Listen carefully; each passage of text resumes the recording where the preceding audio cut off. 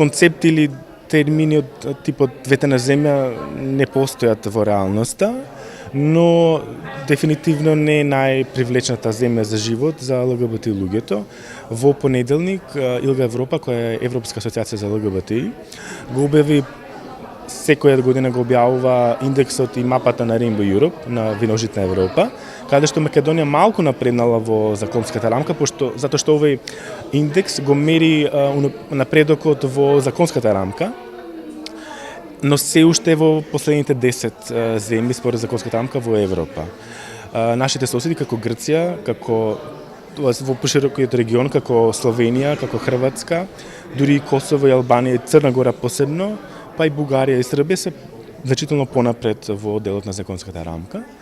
Може ли да се очекува оваа година да биде организирана парада на гордост?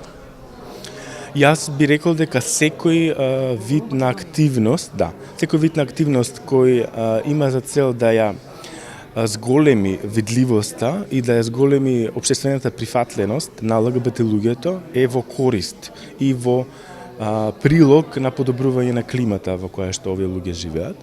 Парада на гордоста, марш, протестен, секој вид на јавен настан помага во тие заложби. Докажеме наназад и во искуството на нашите партнери од регионот, но и во светот, дека парадата на годност е еден од најефективните методи за артикулација на политичките интереси на одредена социјална група, во случајов ЛГБТ заедницата. И конкретно во Македонија може ли да се очекува таков настан?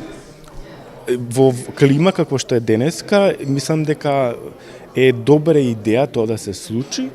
Ние во последните 2-3 години по промената на власта се намали нивото на институционална хомофобија, за тоа што се отворија вратите за зголемување на диалогот со политичките актери, посебно со законодавната и со извршната власт. Јас не би шпекулирал, ниту би потврдувал нешто што не можам сега да го кажам точно и вистинито, така што станува да видиме дали тоа е така.